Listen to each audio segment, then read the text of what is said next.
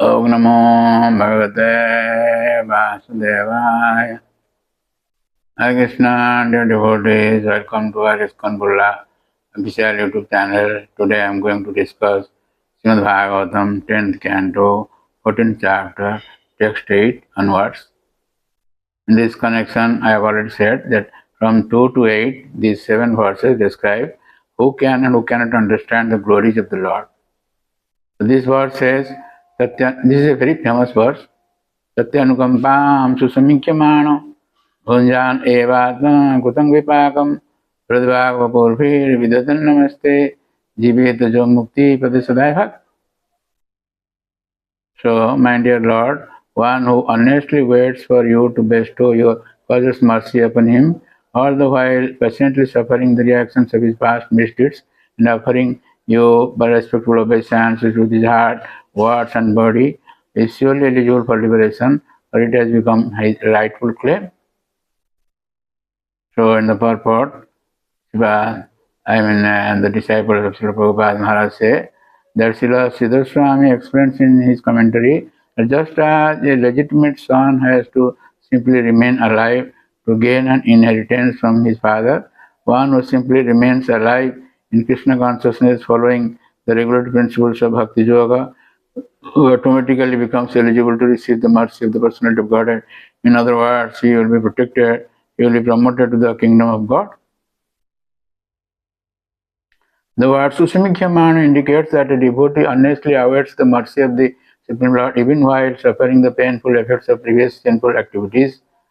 Lord Krishna explains in the Bhagavad Gita that a devotee who fully surrenders unto him is no longer liable to suffer the reactions of his previous karma. Am tam sarva pape vimukhishyami mahasucha.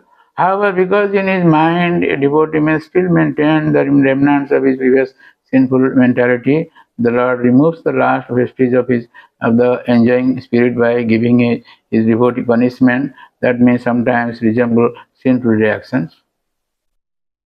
The purpose of the entire creation of God is to rectify the living entity's tendency to enjoy without the Lord, and therefore the particular punishment given for a sinful activity is especially designed to curtail the mentality that produced that activity. Although a devotee has surrendered to the Lord's devotional service until he is completely perfect in Krishna consciousness, he may maintain a slight inclination to enjoy the false happiness of this world. The Lord therefore creates a particular situation to eradicate this remaining enjoying spirit.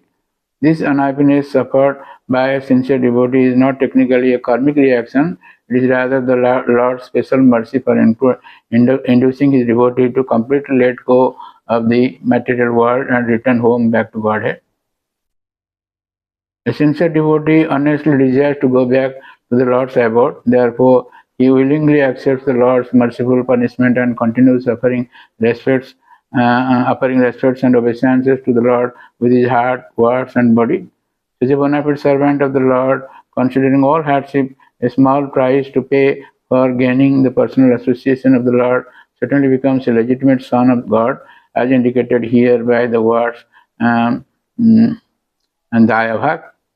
Just as one cannot approach the sun without becoming fire, one cannot approach the Supreme Lord, pure Lord Krishna, without undergoing a rigid purificated process, which may appear like suffering, but which is in fact a curative treatment administered by the personal hand of the Lord. So, Vishnu Thakur in Sarata Santika says, now that Brahma has rejected other processes and accepted bhakti as the means to attain Bhagavan Sri Krishna, the process of bhakti is described. A devotee understands that the happiness and distress he undergoes due to performing bhakti and committing aparadhas are especially special mercy from the Lord. It is like the father who sometimes makes his child drink milk and sometimes makes him drink bitter neem juice. Sometimes the father embraces and kisses his son, and other times he beats him. The devotee accepts whatever happens to him as the arrangement of the Lord, acting for his benefit. The devotee thinks the Lord certainly knows what is best for me, even if I don't know. Karma and time have no effect on a devotee. So this is Krishna's personal arrangement for me. Out of his mercy, Krishna sometimes gives me happiness and sometimes gives me distress, considering how to engage me in his service. This point is confirmed in the Srimad Bhagavatam 4th canto, 20th chapter, text 31. यथा चरेत बाण हितं पिता श्रेयं तथा एवं एवारसि न समिहितुम्. As father, not waiting for the son's demand, does everything for the benefit of the son. Please bestow upon me whatever you think best for me. The person who spends his life offering respects with his body, mind and words to the lotus feet of the Lord Krishna like Prithu Maharaj, while tolerating the suffering of austerities or other hardships, becomes the recipient or the ayavak of two results: liberation from mental bondage and service to the Lord Muktipade. As inheritance from the father maintains the life of the son, so the attainment of liberation and service to the Lord maintains the life of the devotee. That's why living in this world, the devotee remains fixed in the path of devotion. Srimad Bhagavatam 10th canto, 87th chapter, text 17 says this. One's life becomes successful by serving Krishna with devotion. Otherwise, the body is just like a bellows inhaling and exhaling air. This 87th chapter is the Shruti, the Vedas personified. They glorify the Lord. Siddha Swami and Bhagavata Deepika says, Tasmad bhaktireva sangachata ityaha. This conclusion, that one should take shelter of bhakti. With this intention, this verse is stated.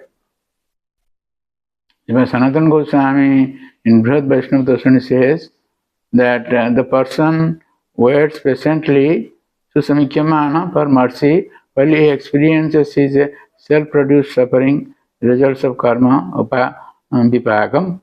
The word eva should be used with words in the sentence as necessary. He doesn't give a regard for his happiness or suffering. He offers respect with a mind, words and body. This shows attachment or asakti only to the Lord and not to others, to the abode of the liberation, Muktipade or Mahakalapuram, or the place which is the very form of liberation. Vaikuntha or the Lord's lotus feet, or the word can be taken as Muktipade, the feet of he who doesn't give liberation to the devotees. By drowning in the ocean of the Lord's feet qualities, they reject the drop of the salt water known as liberation. This person becomes the giver or bhak of wealth, daya bhak. Just by his mind making decisions, he gives mukti pade to others. By his words alone and by the touch of his body, he delivers others. In this way, Brahma will ask forgiveness in 40 verses. So this is the 8th verse. So I would like to stop here with a request to subscribe, share and like this channel and get this blessing of the Lord. Hare Krishna.